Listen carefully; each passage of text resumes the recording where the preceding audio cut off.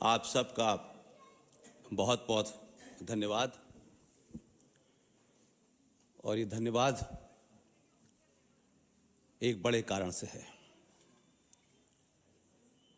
इसलिए नहीं है कि आप मुझे और RSN सिंह साहब को सुनने आए हैं। मैं नहीं जानता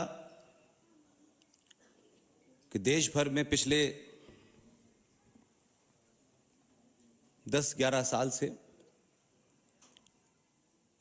600-700 सभाएं संबोधित हम लोग कर चुके हैं। एक पहल शुरू की थी कुछ दिन पहले कि इस सभाओं का सिलसिला आगे बढ़ाना है। ये जरूरी नहीं है कि जिन्होंने मुझे काले बालों में देखा अब वो सफेद बाल में भी देखें और उसके बाद बिना बाल के भी देखें। समझदार लोग जब अच्छे वो होते हैं कि जब उनके सफेद बाल हो जाते हैं तो अपने सामने कई हजार काले बाल वाले खड़े कर देते हैं। इसलिए आपको मुबारकबाद और धन्यवाद इसलिए करता हूं कि आपने अपने शहर में न किसी बड़े व्यापारी पे, न किसी बड़े पद पे, न MP पे, न MLA पे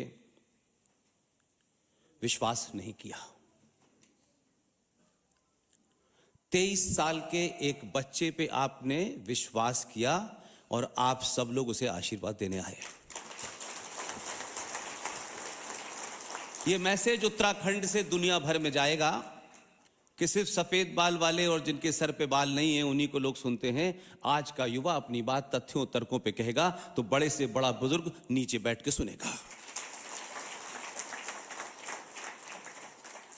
कुछ बातें सिंह साहब ने कही हैं। सिंह साहब का अपना अंदाज है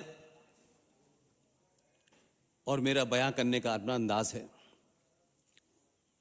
मैं उनको कह करके पूरी बात रखूंगा। इस प्रोग्राम के आयोजक रूबल पटेलिया साहब ने मुझे पूरा भरोसा दिया है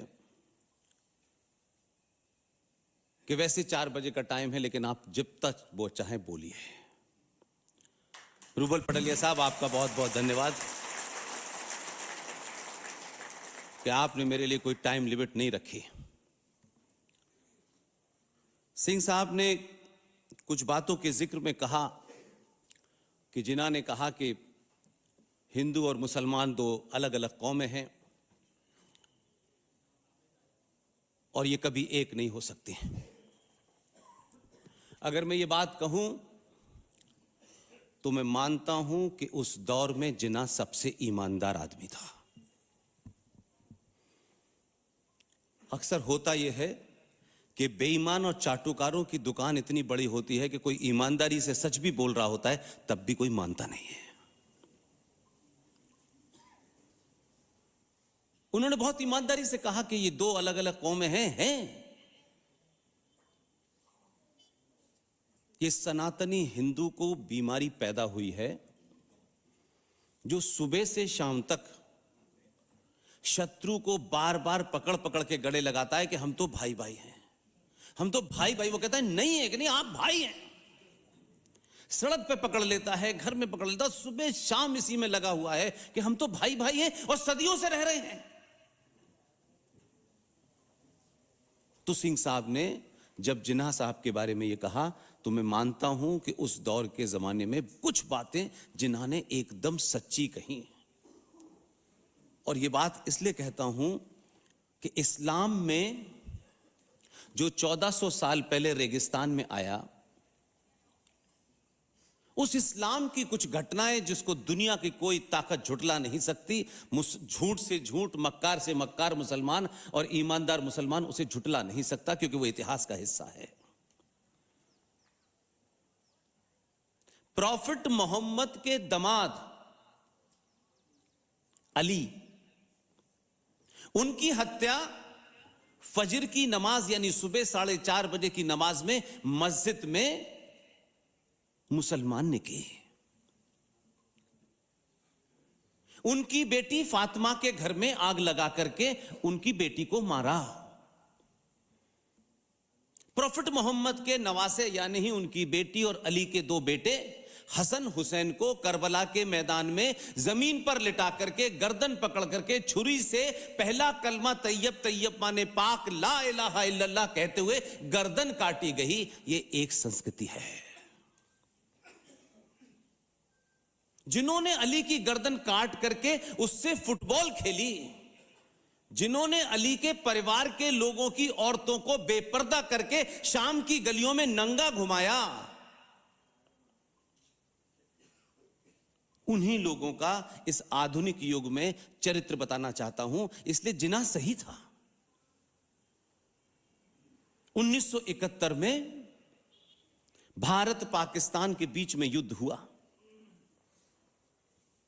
और भारत ने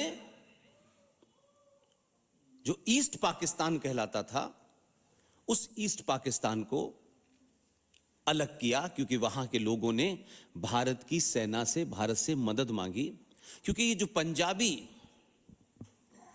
पाकिस्तानी फौजी था वो ये मानता था कि ये जो बंगाली हैं, जिसको बांग्लादेश जिसे आप ईस्ट पाकिस्तान कहते हैं, इनकी भाषा में सब कुछ गैर मुस्लिम जैसा है। इसलिए बाकायदा उस दौर का जो उनका सबसे बड़ा जनरल था उसने अपनी किताब में सब कुछ साफ साफ लिखा कि उस वक्त फौजियों ने, पाकिस्तानी फौजियों ने बंगाली औरतों का मांस रेप ये कहते हुए किया कि हम इनकी नस्लें सुधार रहे हैं और उनको हमने आजाद कराने में अपने लोगों को खोया और बांग्लादेश बना। और बांग्लादेश में ये जो इस्लामिक देश बना, उसकी इस्लामिक जो मर्द मुजाहिद थे उसमें से 93,000 को उठक बैठक करा करके 2 महीने तक हमने उनका खाना पीना सब खिलाया। किसी एक इस्लामिक जिहादी फौजी के खरोंच नहीं आई। और ये उस दौर की बात है जब भारत को गेहूं की स्कैर्सिटी थी और जो सुअर खाते थे अमेरिका में गेहूं, वो भारत में हमने खाया। तब भी हमने ये जानते हुए कि एक फौजी का धर्म क्या होता है, फौजी का दायित्व क्या होता है, 93,000 उन मुसलमान इस्लामिक जिहादियों को एक खरोंच हमने आने नहीं दी और 93 के 93,000 को हमने पाकिस्तान वापस भेजा बाइज्जत। लेकिन 1999 में कारगिल के युद्ध में एक फौजी जिसका नाम सौरभ कालिया था वो गलती से उधर रह गया। जब पता चला तो कहा कि इसको वापस कर दें। तो इस्लामिक रिपब्लिक ऑफ पाकिस्तान जो ये कहते हैं कि ये जो रियासत है ये मक्का की रियासत है, ये अल्लाह के हुक्म से बना है मुल्क, उस रियासत के लोगों ने सौरभ कालिया की आंखें भी निकाली, किडनी भी निकाली और हमें वापस किया। तो सिंह साहब आप सही कह रहे हैं, जिना सही था कि हिंदू मुसलमान 2 अलग अलग कौमें हैं, ये एक साथ नहीं रह सकती, सच में नहीं रह सकती। इसलिए आज के इस कार्यक्रम के आयोजक मेरे छोटे भाई रूबल पडलिया साहब, उनका पूरा परिवार जिन्होंने इसमें पूरी मदद की, उनको सपोर्ट किया, उनका मॉरल को बढ़ाया, उनको डिस्करेज नहीं किया। उनकी टीम के साथी जनाब मनीष भट्ट साहब, दिव्यांशु जोशी जी, दीपक बिष्ट जी, कौशल पांडे जी, भुवन पांडे जी, गोविंद अधिकारी साहब, इन तमाम सारे लोगों को और साथ में आप सबको मुबारकबाद कि आपने हमें एक बार फिर, क्योंकि अक्सर मॉडरेटर मंच से जब ये कहता है तो मैं उससे एक राय नहीं होता। वो जब भी गेस्टों को बुलाते हैं, अब हो सकता है कि एक पर पार्टी चली आई है, उस परंपरा के तहत वो कहते हैं कि पुष्पेन जी, आर सिंह साहब, हम आपके शुक्रगुजार हैं, हम आपको धन्यवाद देते हैं कि आपने हमारा आमंत्रण स्वीकार किया। मैं उसको उल्टा मानता हूं। हम तो दो ही आए हैं दिल्ली से चल के। मेरा मानना है कि मुझे और सिंह साहब को आपका तहे दिल से धन्यवाद इसलिए करना चाहिए कि अगर आप नहीं आते तो हम किसको सुनाते हैं। इसलिए आप ज्यादा बड़े धन्यवाद के पात्र हैं कि सारे काम छोड़ करके हम जैसे लोगों को इस दौर में सुनने आए हैं जब गली गली में हर चौराहे चौराहे हिंदुओं के ठेकेदार 5-5 घंटे के प्रवचन दे रहे हैं, लेकिन नुपुर शर्मा पे मुंह नहीं खोलते। यह आसान नहीं है। आप सबको पता है कि यहां से जाने के बाद आपको कोई पद नहीं मिलने वाला है। तरह तरह की बातें इस शहर में देश में चल रही हैं। जब आपका स्वार्थ देश और राष्ट्र से बड़ा हो जाता है तब आप संगठन नहीं, आप दलाल हो जाते हैं। और ये प्रचुर मात्रा में है और हमारे ही सनातन में है। इसलिए समय के हिसाब से परिभाषा बदल लेते हैं। एक शत्रु है जो सामने नजर आता है, वो 1400 साल से है, उसमें कोई कंफ्यूजन नहीं है। कंफ्यूजन आप में, आपके नेताओं में, आपके ठेकेदारों में है। इसलिए आप अब बार बार मारे जाते हैं। तीखा होता कि 1947 हुआ क्यों था, और हमारे स्कूल में, कॉलेज में जो भी कुछ पढ़ाया गया हो उसकी अपनी एक बाध्यता होती है, उसकी अपनी लिमिटेशन होती है। सब कुछ जो स्कूल में पढ़ाया जाता है जरूरी नहीं कि हम वही जानते हैं, उसके अलावा नहीं जानते। लेकिन हमने सारा ठेका कॉलेज को, यूनिवर्सिटीज को दे दिया है। और 95 करोड़ सनातनी आज भी 20 राज्यों में सरकार, केंद्र में सरकार, आज भी भिखारियों की तरीके से आप ये कहते हैं ये वाला कोर्स नहीं बदला, वो वाला कोर्स नहीं बदला, इसको हटाओ, उसको हटाओ। ये बीमारी आप ही को है। मैं इसलिए कहता हूं कि मेरे इस पूरे डिस्कोर्स में सरकार, पार्लियामेंट, संविधान, आईपीसी, कोर्ट कचहरी नहीं है। मेरे पूरे डिस्कोर्स में पिछले 10 साल में एक ही चीज मूल में है। और जिस दिन भी मेरा मानना है, और ऐसा नहीं है कि उसका असर नहीं हो रहा, उसका असर हो रहा है।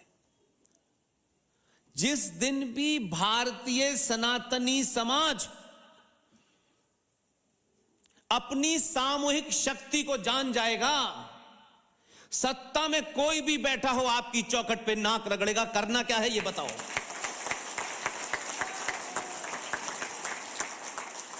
उस शक्ति को पहचानिए जो आपके पास है।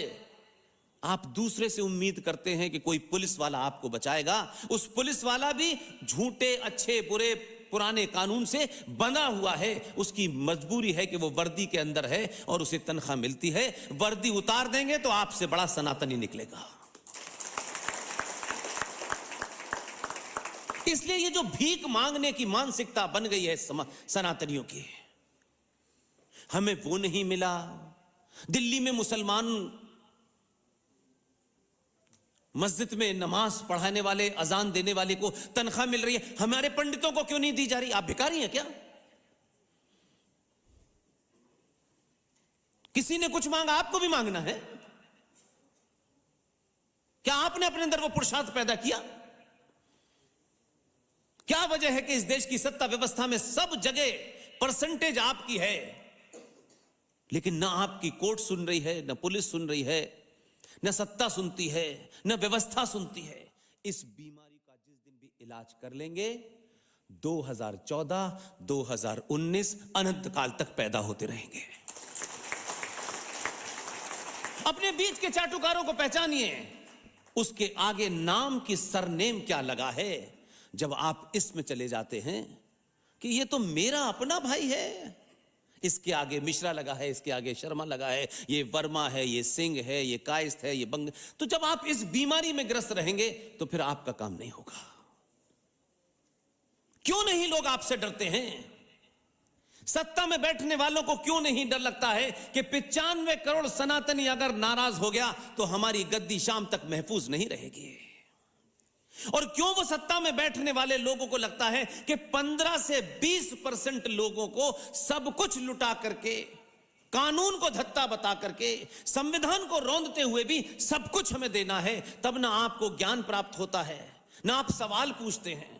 जो आपके अंदर बीमारी है कि हमें पॉलिटिकली करेक्ट रहना है, तब ये सवाल पूछने की 95 करोड़ सनातनियों में हिम्मत नहीं होती है। इसलिए कि आप सनातनी कभी नहीं थे, कभी नहीं थे। और आप जानते हैं, कुछ कारणों से उसकी डिटेल में नहीं जाता। उत्तराखंड में मेरी मां रहती है, मेरा आधा परिवार उत्तराखंड में रहता है। इसलिए ऐसा नहीं है कि मुझे यहां आने से पता चला, मुझे बहुत कुछ पता है जो आपको बुरा लगेगा। ये सब नई नई डिजाइन सनातनी हिंदू ही पैदा करता है, नीचे दिखाया जाए। और इसलिए नहीं बुलाएं कि विशाल कोई हमारे टीम के हिस्से हैं, वो अपनी जगह है। विशाल को इसलिए बुलाएं कि विशाल जम्मू कश्मीर, जिसे आज जो कुछ उन्होंने बताया कि पहाड़ के अंदर कश्मीर में क्या हुआ, जम्मू में क्या हुआ, श्रीनगर में क्या हुआ, आज भी भारत के लोगों को नहीं पता कि जम्मू कश्मीर में सनातनी कश्मीरी हिंदू पंडित, जो वो कश्मीर है वो कश्यप ऋषि की धरती है। उस कश्यप ऋषि की धरती से 7वीं बार पलायन हुआ है, कोई पहली बार नहीं हुआ है। इसीलिए बार बार हम इस बात पे एम्फेसिस कर रहे हैं कि जो समाज अपने इतिहास को भूल जाता है, इतिहास भी उसे भूल जाता है। इसलिए गलतफहमी और गफलत में मत पड़िए। आप पहाड़ हैं। सिंह साहब ने उसे जोड़ा कि जब उस वक्त महान, जिनके बारे में इतने शब्द इस्तेमाल होते हैं, और ये टच पूंजिए 2-2 कौड़ी के लोग 1 करोड़ रुपए देकर के अपने बाप को भी गाली देते हैं। और ताज्जुब ये है कि टेलीविजन पे आजकल डिबेट चल रही है कि कोई पठान नाम की फिल्म आई है, उस फिल्म में कोई एक गाना है और उस गाने पे विवाद है, और कुछ लोगों ने कहा है कि हम नहीं देखेंगे। फिल्म बनाना आपका काम है, देखना ना काम ना मेरा अधिकार है, मैं नहीं देखना चाहता, प्रकरण क्या है। लेकिन तमाम देखिए, लंबी लंबी दाढ़ी, छोटे भाई का पजामा, बड़े भाई का कुर्ता, वो ज्ञान क्या दे रहे हैं? वो ज्ञान ये दे रहे हैं जो कल तक हिजाब के लिए कह रहे थे, हिजाब इस्लाम का हिस्सा है, अल्लाह ने फरमाया है कि तुम्हारे शरीर का कोई भी हिस्सा दिखना नहीं चाहिए। वो आज वो जो हीरोइन है उसमें, वो कुछ पैसा लेके जेएनयू गई थी, दीपिका के बिकनी का समर्थन कर रहे हैं, क्योंकि दीपिका का नाम फातिमा नहीं है, आयशा नहीं है, इसलिए समर्थन कर रहे हैं। वो जानते हैं कि आपको कहां हिट करना है। यह समस्या है। इसलिए पाखंड का पाखंड से जवाब दीजिए कि मैं किसी ऐसे लोगों से एड्रेस नहीं कर रहा। मैं ये मानता हूं, हमारी एक ही कोशिश है, सनातनी हिंदू अकेला बोले, हिमालय की चोटी से बोले, रेगिस्तान में बोले, जब बोले इतने तथ्यों के साथ बोले कि दुश्मन भी उसका विरोध न कर पाए। ये भावनात्मक बातें खड़े होकर के भारत माता की जय, इससे भारत माता सुरक्षित होने वाली नहीं है। जो ये बोलते हैं उनसे सवाल पूछिएगा कि अगर भारत माता की जय करने से भारत माता सुरक्षित होती तो 1947 में 11 लाख सनातनी हिंदुओं की लाश पर यह देश नहीं बढ़ता, कश्मीर नहीं होता। वो ये बताने से भूल जाते हैं क्योंकि मक्कार हैं, दलाल हैं, बिकाऊ हैं। वो ये भूल जाते हैं बताने के लिए कि 2011 का सेंसस नहीं बताते। सेंसस सरकार का काम है, किसी पार्टी का, संगठन का काम नहीं है। इसलिए हम रेफरेंस आपको कोई इधर सुनी सुनाई बातें नहीं करेंगे। हमें नहीं पता कि हमारा 40,000 साल पुराना डीएनए है, हमें नहीं पता। ये जिसको पता लग गया हो वो जाके पैर पकड़ ले मस्जिद में, हम नहीं पकड़ने वाले। हमारा डीएनए हो ही नहीं सकता। 40,000 साल के लिए मैं कह रहा हूं करोड़ों साल पुराना भी नहीं हो सकता। ये तत्कालिक तौर पे शुद्ध राजनीतिक अपने एजेंडे के लिए, अपने संगठन की दुकान बचाने के लिए झूठी दुकान चलाओ। आज 22 साल का लड़का और 22 साल की बेटी 2022 के संचार क्रांति के युग में है, उठा के बाहर फेंक देगी। इसलिए कुछ भी बोल दो और भाग जाओ, ये नहीं हो सकता। इसीलिए यह मुहिम जब शुरू की थी तो एक ही उद्देश्य था, वो उत्तराखंड हो, वो कश्मीर हो, वो राजस्थान हो। देर लगेगी हमें, क्योंकि इस रास्ते में रूबल पडलिया साहब, विशाल गुप्ता जी कभी भी आपको किसी संगठन की दुकान और किसी राजनीतिक पार्टी के दरवाजे पे नजर नहीं आएंगे। अगर पार्टियों में दम होगा, मैं इनसे बार बार कहता हूं, शक्ति तुम्हारे अंदर है, उसको एक बार एहसास तो करो। ये पार्टियां आपके घर पे आएंगी कि आप हमारे मंच पे बैठ जाइए तो कुछ वोट मिल जाएंगे। नहीं करना है जीवन भर इस ये स्मरण के बाद यहां पहुंचे हैं, आप इन्हें नहीं देखेंगे कभी, और ये बात तय हो चुकी है। और मैं मानता हूं कि जिस तरीके का इनके मेरे प्रति, आरएसएन के प्रति आदर है, हम नहीं भी रहेंगे तब भी आपको यही मिलेंगे ये, क्योंकि ये सीट परमानेंट है। 5 साल की सीट आनी जानी है। इसलिए किसके पीछे भाग रहे हो? बनना है तो 2 कौड़ी का एमएलए और 4 कौड़ी का एमपी मत बनो। हम समाज सेवा के लिए एमपी बने हैं, मुझे तो कोई मिला नहीं आज तक, कोई नहीं मिला। और ये ऐसे समाज सेवक हैं जो जबरदस्ती हमारे गले पड़ गए कि हम समाज सेवा करेंगे, हमें जिताओ। अरे समाज सेवा करने के लिए आचार्य चाणक्य एमपी नहीं बना था। जिस दिन इस समाज में आचार्य चाणक्य बनने की शक्ति आ जाएगी, उसी दिन इस समाज से चाटुकार समाप्त हो जाएंगे। इसलिए ये पूरे देश में जो मुहिम है, ये किसी के विरोध में नहीं है और किसी के समर्थन में नहीं है, लेकिन वक्त की जरूरत है। तत्कालिक जरूरत यह है कि अगर कोई योद्धा इन विकट परिस्थितियों में, जो आप सिर्फ अखबार से, टेलीविजन से समझते हैं, वो आपको एक पॉइंट बराबर भी नहीं पता है। आप टेलीविजन देख के राय बनाते हैं, माफ कीजिएगा, आंतरिक स्थिति की गंभीरता का अंदाजा नहीं है। इसलिए फौरन इसे हटाओ। ये नहीं कर रहा, ये नौकरी नहीं दे रहा, ये पेट्रोल के दाम कम नहीं कर रहा। सनातनी हिंदू की ऐसा लगता है पैदा होने से अंतिम संस्कार तक एक ही समस्या है, महंगाई। ये महंगाई पूरी दुनिया में आती है, पेट्रोल के दाम पूरी दुनिया में बढ़ते घटते रहते हैं, लेकिन उससे राष्ट्र नहीं कमजोर होता। हम इस महंगाई के चलते में राष्ट्र को दांव पे लगा देते हैं। मैं किसी की तारीफ नहीं करता, तारीफ करता हूं तो पूरे ठोक बजा के किसी मुद्दे पे करता हूं। इसलिए यह गलतफहमी नहीं होनी चाहिए। वो अगर तथाकथित तौर पे लोग ये मानते हैं कि वो अपने भी हैं, अगर जुर्म उन्होंने भी किया है तो चौराहे पे नंगा उनको भी करूंगा, क्योंकि मुझे नहीं तुम्हारे पास आना, मुझे तुम्हारे मुख्यमंत्री काल में उत्तराखंड में जमीन नहीं लेनी है। इसलिए आप राजनीतिक दबाव में सनातनी को तो मूर्ख बना सकते हो कि चुनाव जीतने के लिए आपने कहा कि हमने 50 से 60 मंदिरों का अधिग्रहण कर लिया था आपने, क्योंकि आपको भी बेहोशी की दवा लग गई थी। ये क्या पागल लोग हैं, ये कल हमारे पास ही आएंगे क्योंकि हम ही एक राष्ट्रवादी हैं और हमसे ज्यादा तो कोई है ही नहीं। ये बीमारी थी।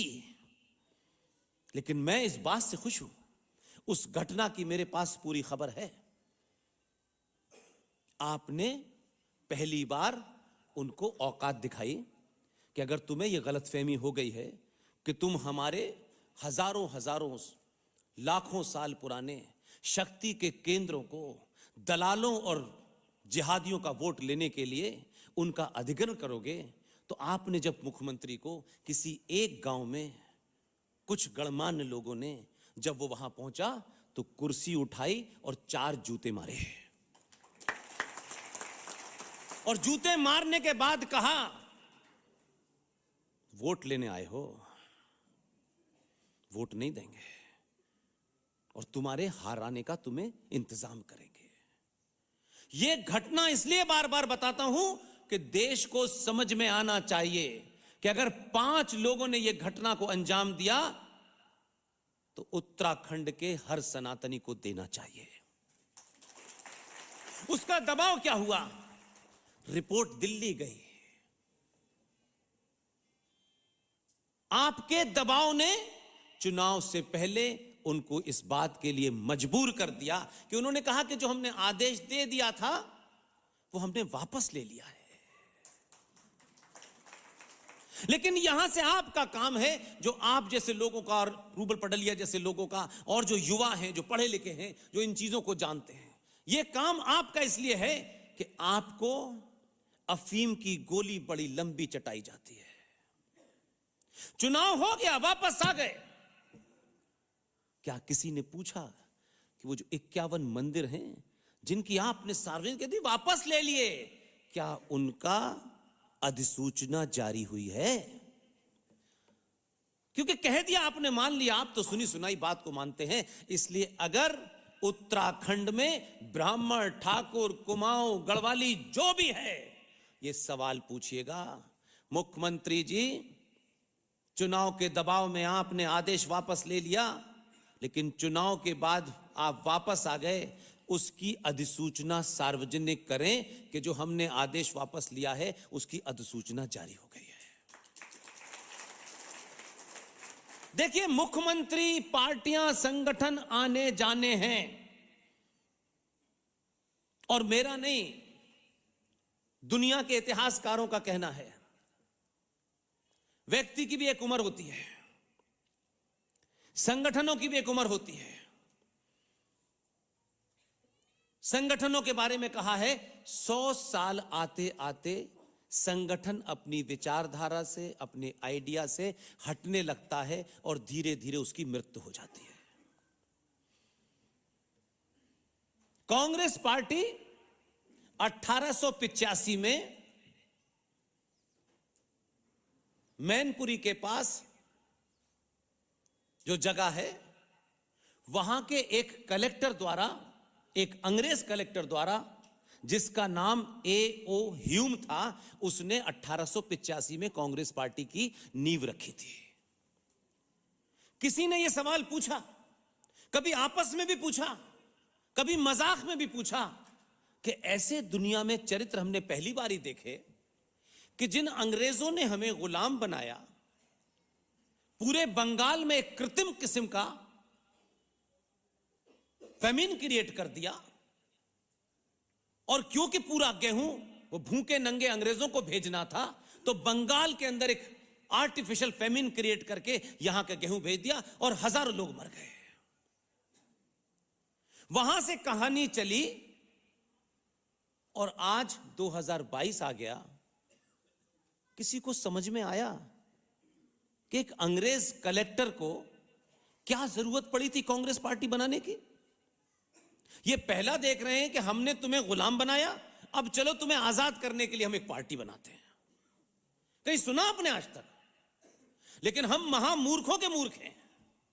कांग्रेस पार्टी ने स्वतंत्रता का आंदोलन लड़ा है। तो कांग्रेस के अलावा तो नाम था ना कांग्रेस, कोई पार्टी थोड़ी नहीं थी कोई। और आप देखिए कि A.O. ह्यूम द्वारा बनाई गई पार्टी अपना आखिरी चुनाव इंदिरा गांधी की हत्या से उपजी उस संवेदना पे आखिरी चुनाव जीती है 1985 में। 100 साल पूरे हो गए हैं।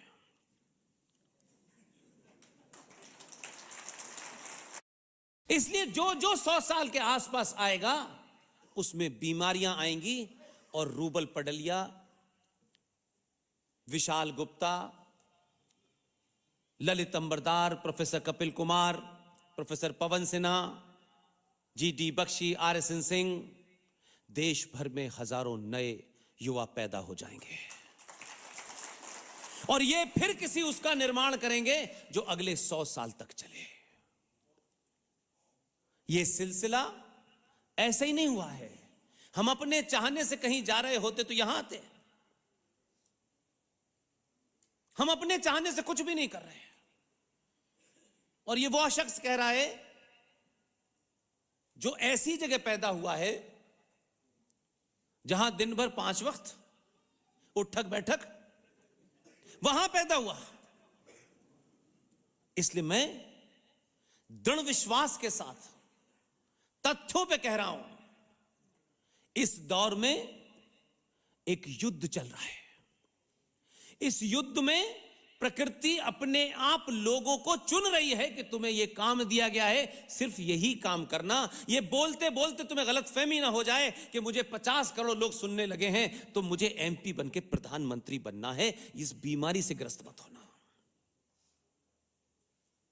और यह भूमिका हम पूरी कोशिश करते हैं कि किसी तरीके का टेम्पटेशन, किसी तरीके का दबाव, किसी तरीके की धमकी से विचलित न हो और हम जो कर सकते हैं, जो प्रकृति ने हमसे करने के लिए कहा है, उसका बोध कराया है, हम उसको पूरी ईमानदारी से करने की कोशिश कर रहे हैं। इस सफर में आपकी भूमिका है कि आप जब हमारी बात सुनते हैं, आपको ताली बजाते हैं, आपको अच्छा लगता है, वो इसलिए नहीं कि कोई नेताजी भाषण दे रहे हैं और ताली बजानी है और कल आप पहुंच जाएंगे कि मेरे बेटे के एडमिशन के लिए जरा एक लेटर लिख दीजिए। आप अगर आ भी गए गलती से तो हमारे पास चाय पिलाने के पैसे नहीं है। ये गलतफहमी मत पालना, बिल्कुल भी नहीं है। हम कोई काम नहीं करा सकते क्योंकि हम इस वक्त राष्ट्र का काम करने निकले हैं। इसलिए बहुत सारे इश्यूज हैं। मुझे बड़ी खुशी है कि आज इतनी बड़ी तादाद में इतने गणमान्य लोगों को रूबल पडलिया ने पिछले 1 महीने से कोशिश करके यहां इकट्ठा किया और मैं उन लोगों का भी धन्यवाद करना चाहता हूं। यह आयोजन सिर्फ कुर्सी और मेज का नहीं है। रूबल पडलिया कोई बहुत बड़े धनाढ्य धनी आदमी का बेटा नहीं है, एक सामान्य परिवार का बेटा है। उसके घर की तकलीफें, मेरे घर की तकलीफें, आपके घर की तकलीफें सब एक ही सी हैं। इस लड़के पे, मेरे भाई के ऊपर आपके बीच के कुछ लोगों ने इतना विश्वास किया। अगर ये कहते कि साहब RS सिंह साहब, पुष्पेंद्र साहब आ रहे हैं तो कुछ से हमें क्या मिलने वाला है।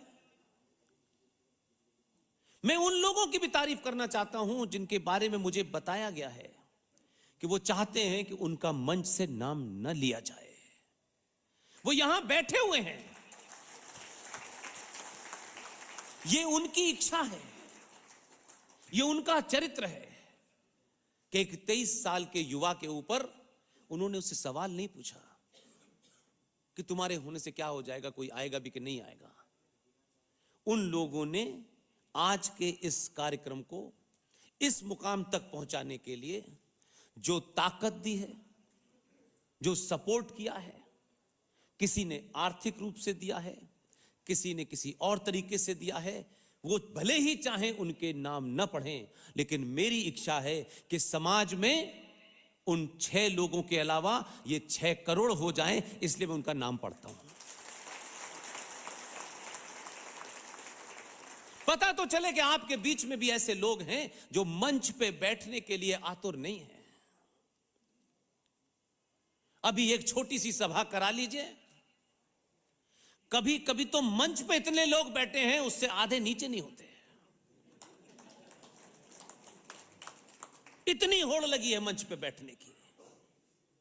इसलिए उनमें से जनाब कृष्णकांत भट्ट साहब, विमल मित्तल साहब, पंकज गोमबार साहब, सौरभ भंडारी साहब, राहुल भाई, नवीन अत्री, मुकेश गुप्ता जी, इनके लिए खड़े होकर ताली बजाइए।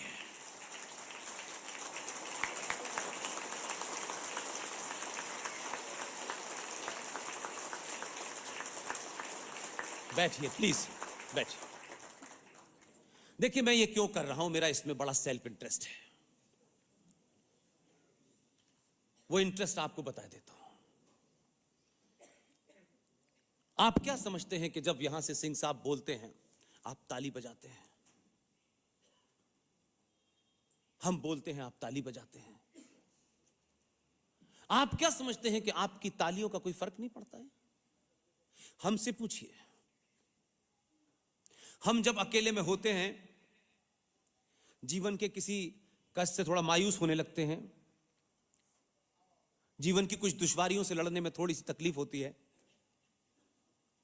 तब हल्द्वानी से लेकर के पालनपुर और पालनपुर से लेकर सूरत और सूरत से लेकर राजकोट में 25-25 हजार लोग जब रात में सुनते हैं तो उनकी तालियों के बारे में सोचते हैं। यह ध्यान रखिएगा, ये सभा में ताली बजाना जो है ना, ये अच्छा तो लगता है, लेकिन यही तालियां हम जैसे लोगों के पैर फिसलने से रोकती हैं। ये तालियां हमारे पैरों को जकड़ देती हैं कि थकने के बाद भी बैठना मत, क्योंकि ताली इतनी बजाई है, ये लोग फिर ताली किसके लिए बजाएंगे। इसलिए आप और मैं खास तौर से उनके नाम तो मैं नहीं लूंगा, क्योंकि मैं मानता हूं कि वो सच्चे सनातनी हैं, सरकार की वर्दी में हैं। मुझे यहां आने से पहले, आने के बाद बताया गया कि हल्द्वानी का एक भी प्रशासन का ऐसा अफसर नहीं था जिसने रूबल पडलिया से यह कहा हो पूरे धूमधाम से करना, हमसे जो होगा हम करेंगे। इसलिए उनका नाम लेकर के सार्वजनिक इसलिए नहीं करना चाहता कि मैं चाहता हूं वो वर्दी में हैं, वर्दी में रहें। वर्दी में जब सनातनियों को जरूरत पड़े तो बंदूक सनातनियों के साथ खड़े होकर चलाना।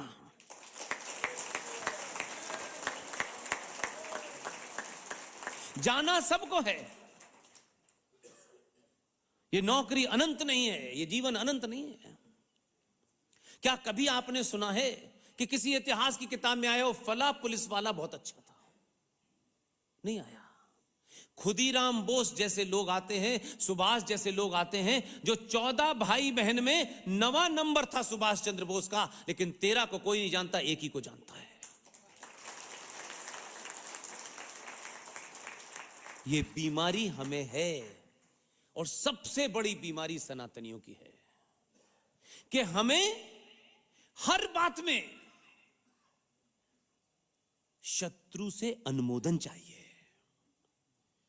हमें घर से निकलने से पहले यह जानने की कोशिश करते हैं, हम ये समझने की कोशिश करते हैं, हम इस ग्रंथि से ग्रस्त रहते हैं, देखो मैंने ऐसा कपड़ा पहना है, लोग क्या कहेंगे, मैंने तिलक लगाया है, वो क्या सोचेंगे यार, वो पता नहीं मेरी चुटिया के बारे में क्या कहेंगे। मैं मानता हूं, मैं इस बात से खुश हूं कि अगर आपको चुटिया अगर अच्छी लगती है, तिलक अच्छा लगता है, उसके तर्क हैं, साइंटिफिक हैं, तो दुनिया आपके जूते से है।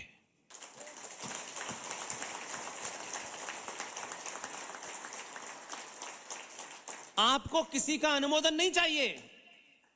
आप जिस दिन ये कहेंगे कि जो मैं कह रहा हूं, जो मैं कर रहा हूं, मुझे तुम्हारा अनुमोदन नहीं चाहिए, मैं ऐसे ही रहूंगा, दुनिया उसी के पीछे चलती है। इसलिए सावरकर पैदा कीजिए, चाणक्य पैदा कीजिए, सुभाष पैदा कीजिए, छत्रपति शिवाजी पैदा कीजिए, दलाल पैदा मत कीजिए।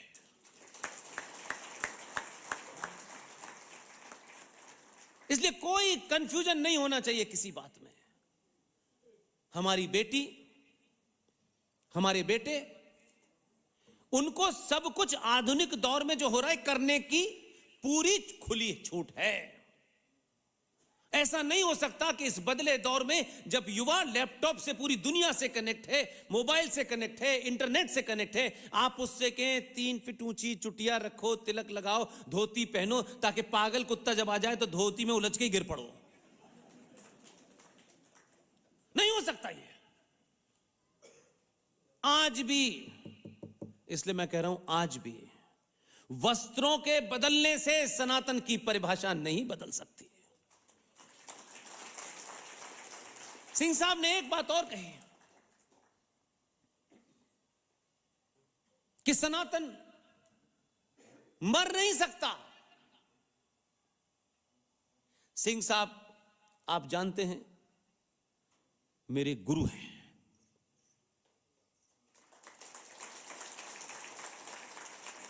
मुझे फक्र होता है कहते हुए, और ये पहले दिन से कह रहा हूं मैं। जहां रूबल बैठे हैं, मैं किसी वक्त उस जगह बैठा था। और सिंह साहब, ये पहली बार हो रहा है कि जब मैं बोलता हूं तो सिंह साहब मंच पे नहीं बैठते। वो कहते हैं तुम्हारी आवाज मुझे समझ में आती है, लेकिन तुम्हारे चेहरे के भाव ताव देखने के लिए मैं सामने से तुम्हें सुनता हूं। और बहुत मुझे मजा आता है जब एक पढ़ा लिखा, इस दौर का आर्मी में कर्नल रहा हो, रॉ में बड़े सारे केसेस सॉल्व किए हों, एक बड़े अधिकारी के तौर पर रहे हों। कर्नल RS सिंह भारतीय टेलीविजन इतिहास के उन पहले लोगों में से हैं जो टेलीविजन पे जाते वक्त कभी भी यहां की आवाज को उन्होंने इसलिए नहीं दबाया कि टेलीविजन पे इरफान भाई बैठे हैं। सिंह साहब अपनी बातों को पूरे तथ्य के साथ रखते हैं, लेकिन एक एडवांटेज है जो मेरे पास नहीं है। सिंह साहब अगर गलती से किसी दिन फौजी बंदूक लेके टेलीविजन में चले गए तो एंकर के अलावा कोई बचेगा नहीं। और छुपाते नहीं है। शब्दों से जितनी गोली चलाई जा सकती है, जितने गोले फैले जा सकते हैं, तथ्यों के साथ बोलते हैं। इसलिए उस दौर में जब लोग राष्ट्रवाद पे बात नहीं करते थे, हिंदू शब्द पे शर्माते थे, RSN उस दौर के टीवी के गेस्ट रहे हैं। इन्होंने नहीं सोचा कि इनकी जो सोसाइटी है, शाम को आर्मी के क्लब में पीले रंग के पानी से गिलास लड़ाते वक्त कहेंगे, ओ RSN, what you are doing, this is not good, why you help so much hyper yaar, we all are Indians at the end of the day, वो भी हमारे भाई है। ये कहते हैं नहीं है। ये तब भी कहते हैं और टीवी पे भी कहते हैं। इससे ज्यादा खुले मन का कोई आदमी चाहिए? नहीं, टीवी पे दलाल आते ही नीले पीले गेरुए वस्त्र पहन के आएंगे और फौरन नहीं, वो भी हमारे भाई है। ये बीमारी है आपको। अपनी शर्तों पे जिंदा रहिए। आपका रंग कैसा है, आपकी लंबाई कैसी है, आप कैसे दिखते हैं, कैसी दिखती हैं, इसकी चिंता मत कीजिए। इतिहास आपको बताता है, हम बार बार जो लोग 8 घंटे लीप पोत के आते हैं और टेलीविजन पे आके कहते हैं ये वाली बाल्टी खरीदी है, अगर बरसात हो जाए तो तैमूर अम्मी को पहचान नहीं पाएगा। वो चिल्लाएगा अम्मी अम्मी, वो कहेंगी मैं हूं, नहीं तुम नहीं हो। तैमूर की अम्मी पता नहीं चलेंगी क्या है, वो चिल्लाती रहेंगी भैया देख मेरी बेटा है तू। वो कहेगा बारिश के बाद तो तुम कुछ और ही लग रही हो। इसलिए भारतीय सनातनी बेटियां, माएं, बहनें टेलीविजन को एंटरटेनमेंट तक रखें, टेलीविजन को ओढ़ना बिछोना न बना लें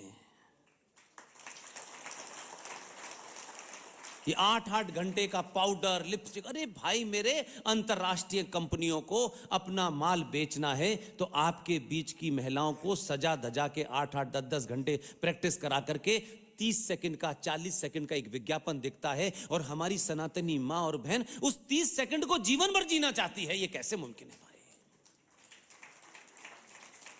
कहां जा रहे हैं? क्यों? उसकी एक कमी हमारे अंदर भी है कि हमको नहीं बताया गया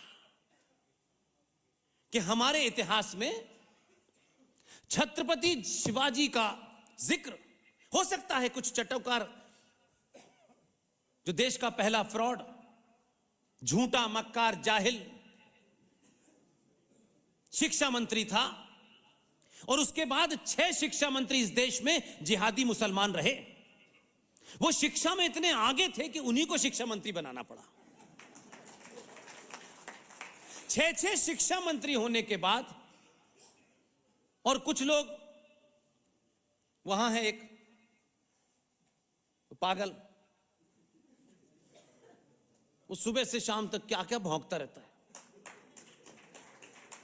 वो जाने किस किस को बताता है। एक बात चिल्ला चिल्ला कहता है, हमारे पूर्वजों ने 850 साल तक इस मुल्क पर राज किया है। ये बात तो सच है, लेकिन मैं एक बात पूछ रहा हूं एक साधारण से आदमी की तहत, 850 साल तुमने भारत पे राज किया है भिखारियों। 850 साल के बाद तुम्हारी औकात ये रह गई है कि सनातनी हिंदू की झूठन पे तुम्हें सब्सिडी मिलती है, तब तुम्हारा घर चलता है। तो इतने लंबे समय तक गुलाम रहे, तब भी हमारी झूठन पे तुम्हें सच्चर कमीशन से 5,500 करोड़ रुपया मिलता है। तब तुम्हारी हज पूरी हो जाए, तुम उस अल्लाह के पास चले जाओ, मक्का चले जाओ, उसकी सब्सिडी भी हिंदू ही देता था। ये नालायक इस्लाम को दिन भर सर पे लेके ढोने वाले कितने मक्कार हैं। जो भी वो है, आसमानी किताब किस कॉरियर कंपनी से आई पता नहीं, आई है, उसका बताया बहुत सारे बारे में। इस चैप्टर में ये लिखा है, उस चैप्टर में ये लिखा है, मैं उस पर भी विवाद नहीं कर रहा। लेकिन एक बात कही जाती है, वो बताते हैं कि कुरान ये फरमाता है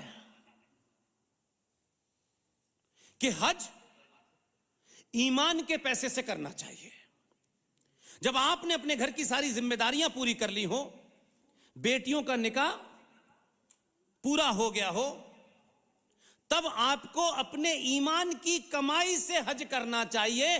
बेईमानों, जब तुम काफिर के पैसे से हज कर रहे थे तो तुम तो सबसे बड़े बेईमान हो। इसलिए तुम्हारी दुर्गति हम नहीं कर रहे, वो मक्का वाला कर रहा है। तुम उसके सगे नहीं हुए, तुम मोहम्मद के सगे नहीं हुए, अली के सगे नहीं हुए, फातिमा के सगे नहीं हुए, तो तुम हिंदुओं को गलतफहमी आपके सगे होंगे। ये क्या पागलपन है भाई? किस गफलत में हैं आप सुनना नहीं चाहते क्या? इसलिए सिर्फ आप मांग करा लीजिए। अरे 2-4 ऐसे पुरुषार्थी पैदा करो कि सत्ता कहे कि अगर यहां नहीं गए तो सरकार नहीं आनी इस बार। इतने लंबे समय के बाद तो आदमी गलतियां करते करते भी सोचता है कि चलो ये फॉर्मूला हमने अपनाया, कभी ये फॉर्मूला अपनाया, एक बार ये वाला फॉर्मूला अपना लेते हैं, तब देखते हैं इसका नतीजा क्या होता है। आदमी से गलती होती है, समाजों से गलती होती है, लेकिन हमने कहा है कि हम नहीं सुधरेंगे। इस सभा में कितने ब्राह्मण हैं? हाथ उठाइएगा। शुद्ध ब्राह्मण है आप? नहीं, मैं आपकी जात पे सवाल नहीं कर रहा।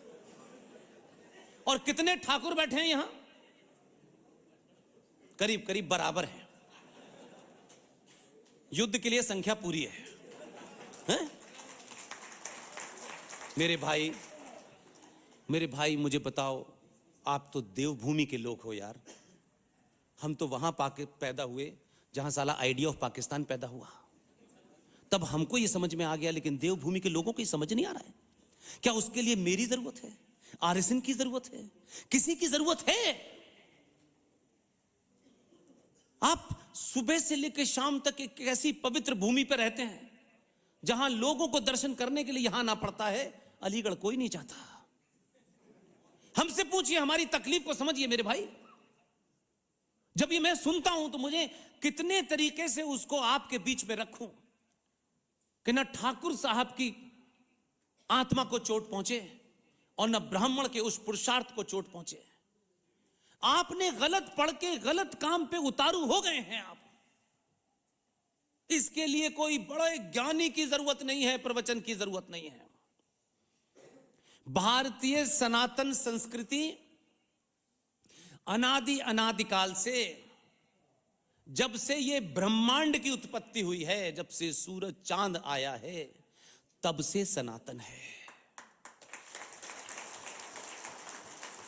इसलिए आप उस संस्कृति के वाहक हैं, उसके मानने वाले हैं, उसको बचाने वाले हैं, उसको आगे बढ़ाने वाले हैं।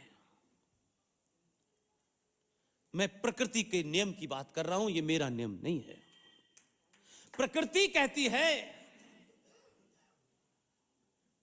जो पैदा हुआ है उसका मरना निश्चित है। आती है बात समझ में? इसमें तो कोई ऐसा मैथमेटिक्स नहीं है, इसमें तो ब्राह्मण ठाकुर का चक्कर नहीं है, बिल्कुल नहीं है ना। जो पैदा हुआ है उसका जाना निश्चित है, चाहे वो मनुष्य हो, चाहे कोई संगठन हो, या चाहे कोई मजहब हो।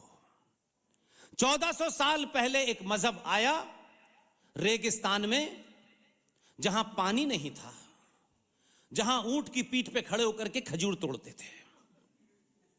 लेकिन आपको क्या बीमारी लगी? क्योंकि आप फिल्मों से देख करके नरेटिव बनाते हैं और उसी पे जीने की कोशिश करते हैं।